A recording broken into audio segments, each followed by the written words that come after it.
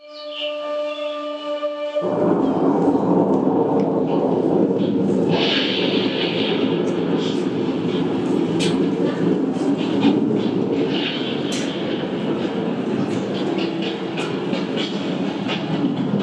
सभी इंसानों को रोशनी प्रिय है।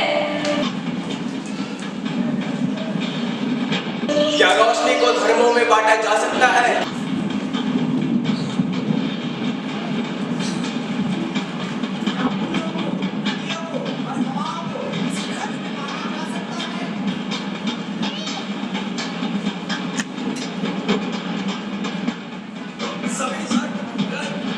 एक ही सत्य की बात करते हैं। यदि सभी धर्म ग्रंथ एक ही सत्य की बात करते हैं तो हम सबके बीच इतनी असमानताएं, इतने झगड़े क्यों हैं? इतनी असमानताएं, इतने झगड़े क्यों हैं? इतनी असमानताएं, इतने झगड़े क्यों हैं? क्यों है? क्यों है? क्यों है? लगता है वो लोग आ रहे हैं। आने दो, हम शांत हैं, इसीलिए शक्तिशाली हैं।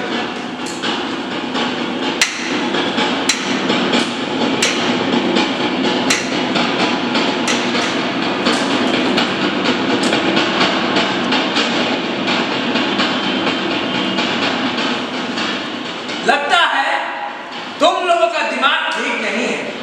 कहाँ जा रहे हो तुम लोग? हम बाहुल्ला के उपासक हैं। बाहुल्ला? कौन है ये तुम्हारा बाहुल्ला? सभी धर्म ग्रंथों में जिस महान अवतार के आने का जिक्र है वो है बाहुल्ला। जो कोई बहाई है या किसी भी प्रकार से बहाई धर्म की सहायता पहुंचाना चाहता है उसे कैद कर लिया जाएगा। सभी धर्म एक है तो क्या बहाई, क्या हिंदू, क्या मुस्लिम और क्या क्रिश्चियन? तुम लोगों को इतनी सी बात समझ नहीं आती। हम सभी इंसान हैं और हम सभी इंसान उस ईश्वर की संतान है। तुम सब इंसान उस ईश्वर की संतान हो।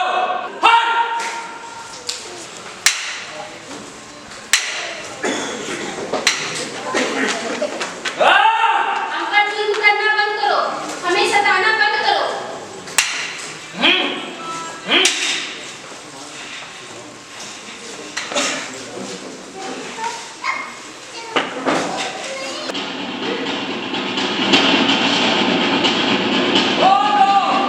बोल दो तुम सब बहाई नहीं हो, मैं तुम्हें जाने दूंगा। जब जब धर्म की हानि होती है, अधर्म बढ़ता है, तब तब धर्म की पुनर्स्थापना के लिए, धर्म के उद्धार के लिए ईश्वर अवतार लेता है। कौन ईश्वर? कैसा ईश्वर? हमारे देश में रहना है तो हमारे तरीके से रहना होगा। आप लोगों को इतनी सी बात समझ में नहीं आती कि हम सब इस लड़ाई के पक्षधर नहीं हैं।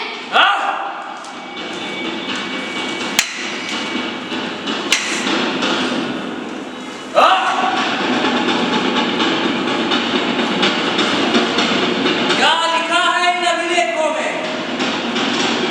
ऐसा क्या लिखा है? और कवि महाराज आपको भी कुछ कहना है? चाहे जितने भी अवतार हुए हों, चाहे वो बुद्ध हो, कृष्ण हो, जीसस हो या बहाउल्ला, ये अलग अलग नहीं है। हम सभी में उसी ईश्वर का प्रकाश है।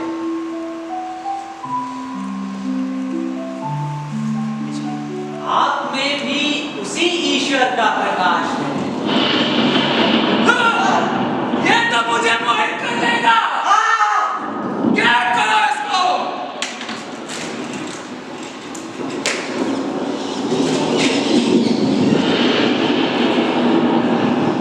तुम लोग जो कर रहे हो ये धर्म नहीं,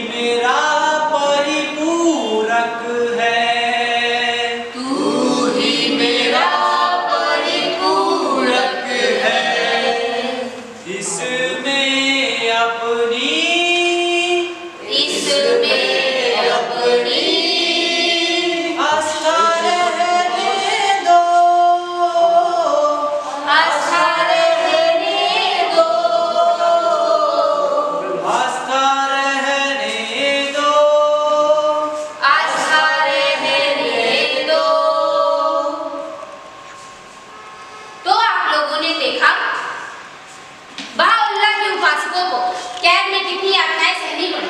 सही कह रही हैं आप। ईश्वर का धर्म प्रेम और एकता के लिए है और इसे शत्रुता और मतभेद का कारण बनने से हमें रोकना होगा। हम सभी धर्मों को स्वीकार करते हैं। सभी धर्म एक है। हाँ, हम सभी एक हैं और हमें एक दूसरों के साथ कंधे से कंधा मिलाकर चलना होगा और इस समाज में अपना सही योगदान देना होगा।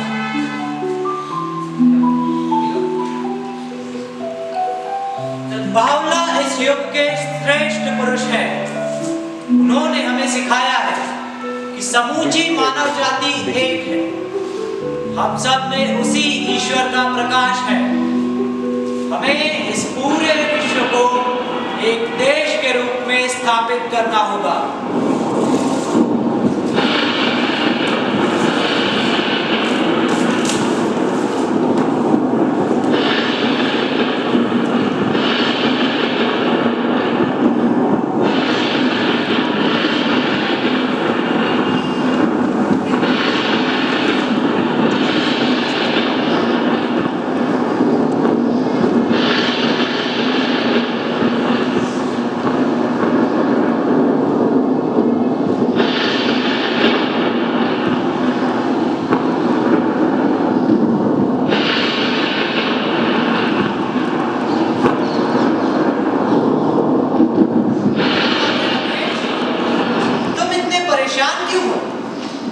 तुम तो एक सच्चे बहाई हो।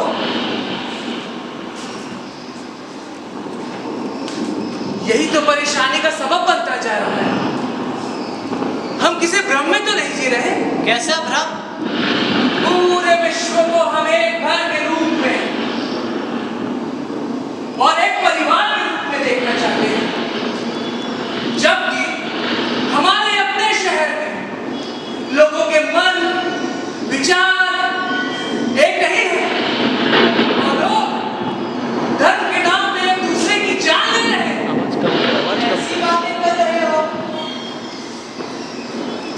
तुम तो बहाउल्लाह के सच्चे उपासक हो।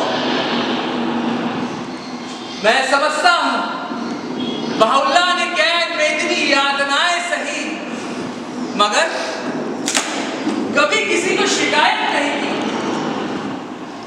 वो युग पुरुष ईश्वर के अवतार हैं, जबकि हम अपने अपने धर्म को श्रेष्ठ बताने के लिए हथियारों का सहारा ले रहे हैं। अजीब विश्व युद्ध करने पे भी तुले हैं। अब आप ही बताइए, ये दौड़ हमें कहां तक लेके जाएगी? मुझे तो कुछ समझ में नहीं आता। मैं तुम्हारी परेशानी का कारण समझ रहा हूं। हमें धैर्य की जरूरत है। अंधेरे के बाद ही प्रकाश होता है, रात के बाद ही सुबह आती है। सही कहा आपने। वो लोग हिंसक हैं, बीमार हैं, और बीमारी का इलाज केवल पेशेंट से ही होता है। जानते हो रमेश, बहाउल्लाह को परमेश्वर ने ईरान की धरती पर जन्म क्यों दिया? क्यों दिया?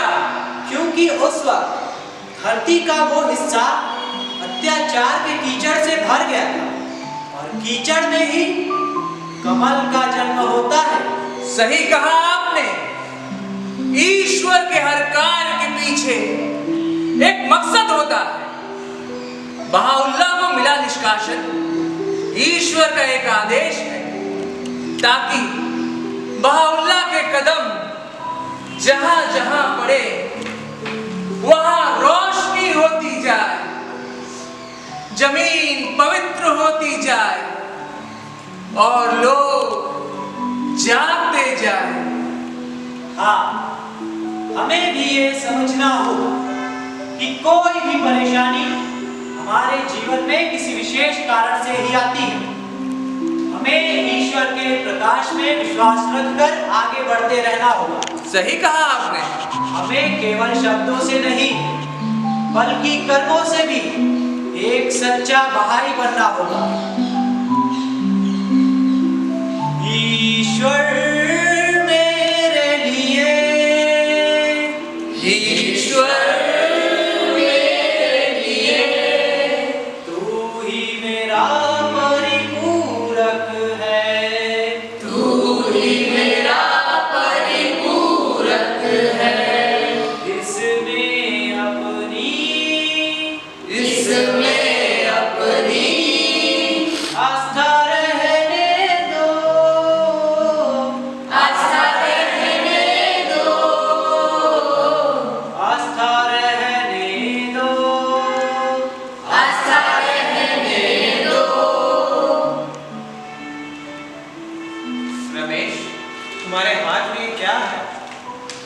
पन्ने में क्या लिखा है रमेश? इसमें बहाउल्लाह की दिव्य शिक्षाओं का संदेश है। इस रहस्य को हमें समझना होगा, जिससे हमारे जीवन में सुधार आएगा। विनम्र वाणी मानव हृदय की लौहमणि है।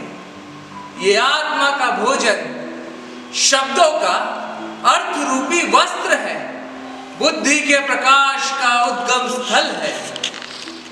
सत्यवादिता सभी मानवीय गुणों का आधार है। सत्यवादिता के बगैर किसी भी आत्मा के लिए ईश्वर के किसी भी लोक में प्रगति असंभव है। केवल शब्दों से ही मित्रता पकड़कर आप संतोष न करें, बल्कि अपने संपर्क में आने वाले सभी लोगों के प्रति आपके हृदय में दया और प्रेम भरपूर हो जाए। वाह, क्या बात कही है। बहाउल्लाह का धर्म, बहाउल्लाह की शिक्षाएं हमें अपना आत्मनिरीक्षण करने के लिए पल पल प्रेरित करती है। बहाउल्लाह का अर्थ है ईश्वर का प्रकाश, ग्लोरी ऑफ गॉड। बहाउल्लाह की शिक्षाओं में जीवन का रहस्य छुपा है। सही कह रही हैं आप। और बताइए, सुन के अच्छा लग रहा है। बहाउल्लाह ने अक्का के कैदी के रूप में 24 साल बिताए थे।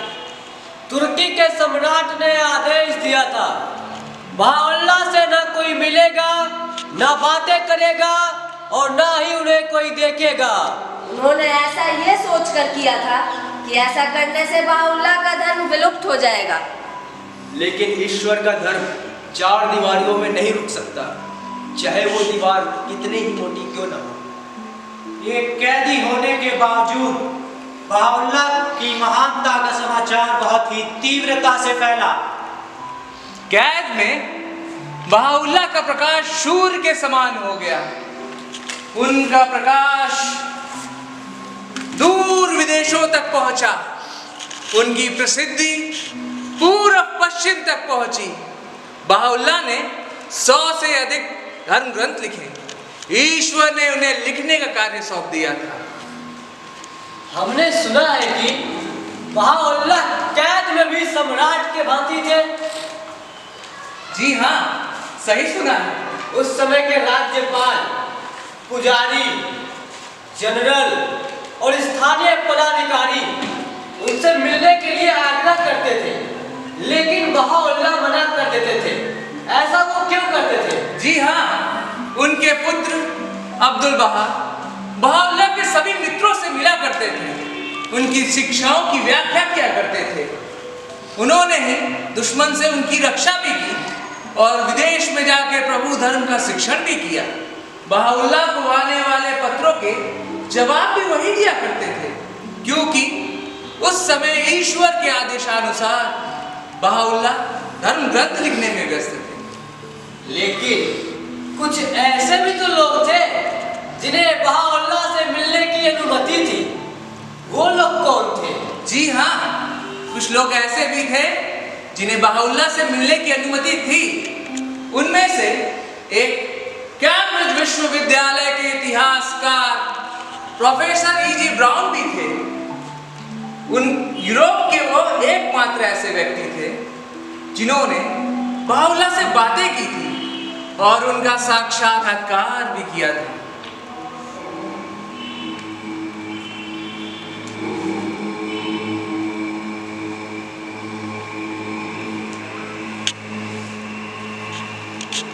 जैसे ही उनके चेहरे की तरफ मेरी दृष्टि पड़ी, वह क्षण इतना अद्भुत था कि मैं उसे कभी भी भूल नहीं सकता।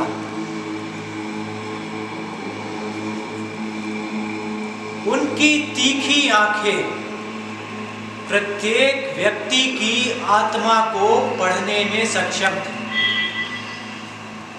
वह क्षण इतना अद्भुत था कि शब्दों में उनका वर्णन करना नामुमकिन है। जो परम शक्ति उनके व्यक्तित्व से झलक रही थी, उसका अंश मात्र भी बड़े बड़े सम्राटों को नसीब नहीं होता। वो केवल आह भर सकते हैं। एक गौरव युक्त धीमी आवाज में उन्होंने मुझे बैठने को कहा। उनके चेहरे के तेज के आगे मैं नतमस्तक था। ईश्वर का प्रकाश कि तुम आए। एक निष्कासित कैदी से मिलकर क्या मिलेगा तुम्हें? विश्व शांति की तरफ कदम बढ़ाओ। इस धरती पर जितने भी मनुष्य हैं वो सब ईश्वर की संतान हैं। सब एक हो जाओ। युद्ध स्वतः ही समाप्त हो जाए और असीम शांति फैल जाएगी। उस दिन मुझे एहसास हुआ कि बहाउल्लाह कोई कैदी नहीं बल्कि सम्राटों के सम्राट हैं। उस दिन मुझे ऐसा लगा जैसे मेरा जन्म सफल हो गया।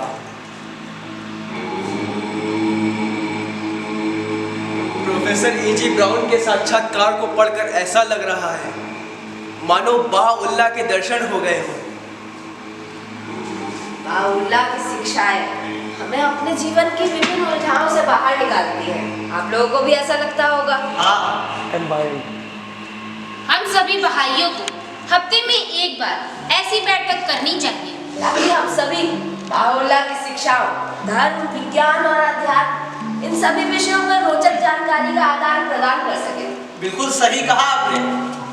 इसी तरह हम बहाई एक सूत्र में एक दूसरे के साथ बने रहेंगे और विश्व शांति के पथ पर एक दूसरे का सहयोग भी कर पाएंगे। हाँ, मुझे याद है 22 नवंबर सन 1992 में दूसरे विश्व बहाई कांग्रेस का आयोजन हुआ था, जिसमें देश भर के सभी लोग, सभी धार्मिक पृष्ठभूमि के लोग, काले, गोरे, तुर्की, अमेरिकी, अमीर, गरीब, सभी जिनका आम जीवन में एक दूसरे के साथ घुलना मिलना कभी संभव नहीं था, उस दिन वे लोग एक हो गए थे।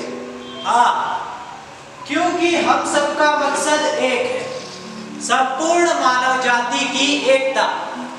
मैं एक टीचर और मैं जब भी बच्चों को पढ़ाती हूँ मुझे बहुत खुशी होती है। मुझे ऐसा लगता है मेरा कर्म ही मेरी पूजा है। बहुत सही लगता है आपको। कर्म ही सच्ची प्रार्थना है।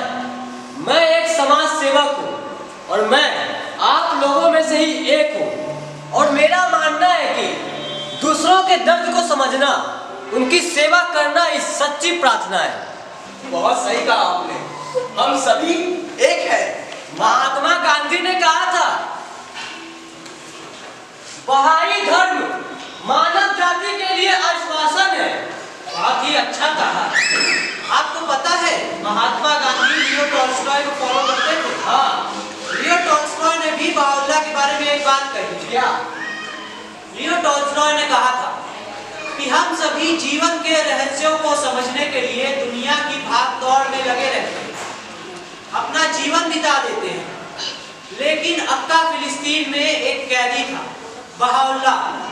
उसके पास इस जीवन का रहस्य था और इस ज्ञान की पूंजी थी। वाह, क्या बात कही आपने। पेशे से मैं एक साइंटिस्ट हूँ और मुझे लगता है सामूहिक प्रार्थना ही सच्ची प्रार्थना है, क्योंकि इसमें कोई निजी स्वार्थ नहीं होता। सभी लोग वैज्ञानिक पद्धति के अनुसार किसी एक फ्रीक्वेंसी पे सेट हो जाते हैं, किसी रेडियो तरंग के बाद। ईश्वर भी तो एक ऊर्जा ही है। सही कहा। और हम सभी का सौभाग्य है कि धर्म और विज्ञान पर इतनी विशेष बातें हमें जानने को मिली। बहाउल्लाह ने भी कहा है कि रिलीजन कभी भी साइंस और लॉजिक का विरोध नहीं करता। हाँ, धर्म और विज्ञान एक ही सिक्के के तो दो पहलू हैं। Thank you doctor. सभी धर्मों को एक करते हुए बहाउल्लाह कहते हैं कि हम सभी को एक हो जाना चाहिए। one religion. तो चलिए इसी बात पर हम सब एक बहाई गीत गा रहे हैं। बिल्कुल। हम बहाई एक साथ है, हम बहाई एक साथ है, साथ जिएंगे, साथ मरेंगे, साथ जिएंगे, साथ मरेंगे, ऐसे ही हम रहे बहाउल्लाह। हम बहाई एक साथ है, हम बहाई एक साथ है, हम बहाई एक साथ है।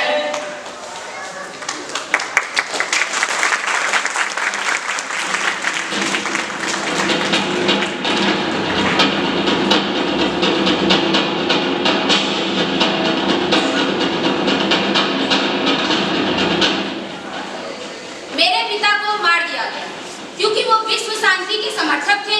मेरे पिता को मार दिया गया क्योंकि वो विश्व शांति के समर्थक थे। उन्हें क्यों मार दिया? उन्हें क्यों मार दिया? कोई उन्हें कैसे मार सकता है? कोई उन्हें कैसे मार सकता है? यह उनका आखिरी खत है यह उनका आखिरी खत है जो उन्होंने जेल में से मेरे लिए लिखा था। जो उन्होंने जेल में से मेरे लिए लिखा था। उन्होंने कहा है उन्होंने कहा है मेरी चिंता मत करना, मेरी चिंता मत करना, मेरे भीतर के प्रकाश को कोई नहीं मार सकता। मेरे भीतर के प्रकाश को कोई नहीं मार सकता। वह सोए हुए लोग हैं, वह सोए हुए लोग हैं। मुझे उनसे कोई शिकायत नहीं। मुझे उनसे कोई शिकायत नहीं। तुम लोग भी कोई शिकायत मत करना। तुम लोग भी कोई शिकायत मत करना। विश्व शांति के पथ पर आगे बढ़ते रहो विश्व शांति के पथ पर आगे बढ़ते रहो और किसी से मत डरो। और किसी से मत डरो। हाँ, मुझे किसी से नहीं डरना है, किसी से भी नहीं डरना है। हाँ, हमें भी ताहिरा की तरह हिम्मती बनना होगा। हाँ, ताहिरा बुर्का हटाने वाली पहली महिला थी। हमें उनकी तरह हिम्मती बनना होगा। सभी धर्म ग्रंथों में सभी धर्म ग्रंथों में स्त्री को देवी का दर्जा दिया गया है। स्त्री को देवी का दर्जा दिया गया है। वही प्रकृति है, वही प्रकृति है, वही शक्ति है, वही शक्ति है, वही माँ है। वही माँ है। प्रारंभिक काल से ही प्रारंभिक काल से ही बहाई महिलाएं सभी कार्यों में अग्रणी रही। सभी कार्यों में अग्रणी रही। पुरुषों के साथ महिलाएं जब कंधे से कंधा मिलाकर चलती है तो विश्व कितना संतुलित नजर आता है। हाँ, बहाउल्लाह ने कहा था स्त्री और पुरुष एक समान है। जब तक दोनों पंख विकसित नहीं होंगे तब तक कोई भी पक्षी उड़ान नहीं भर सकता।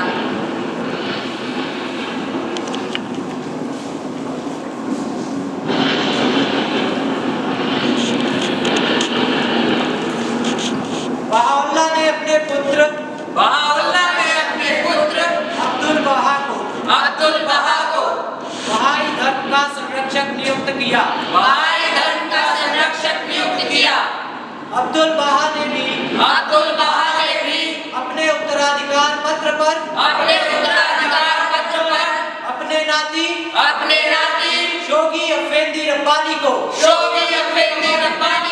प्रभु धर्म का संरक्षक नियुक्त किया था। प्रभु धर्म का संरक्षक नियुक्त किया था। आज पांचों महाद्वीपों पर 340 देशों और राष्ट्रों में 340 देशों और राष्ट्रों में 1,16,700 से अधिक 1,16,700 से अधिक बहाई केंद्र और आध्यात्मिक सभाएं हैं। बहाई केंद्र और आध्यात्मिक सभाएं हैं। और दिन प्रतिदिन ये संख्या बढ़ती ही जा रही है। ये संख्या बढ़ती ही जा रही है। सन 1844 में बहाई धर्म के प्रारंभ से ही भारत उससे जुड़ा रहा और आज भारत में 20 लाख से भी अधिक बहाई है। बहाउल्लाह ने विश्व को एक कुटुंब के भांति स्थापित किया है। ये पूरी पृथ्वी एक देश क्यों नहीं हो सकती? ये पूरी पृथ्वी एक देश क्यों नहीं हो सकती? बहुत जल्द वो समय आएगा, बहुत जल्द वो समय आएगा जब पूरी पृथ्वी के सभी मनुष्य जब पूरी पृथ्वी के सभी मनुष्य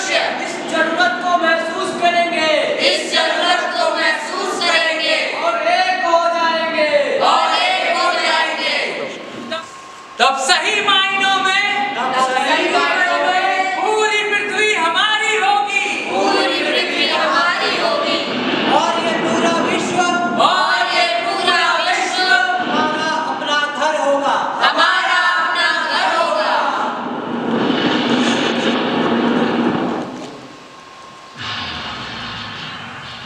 Ooh.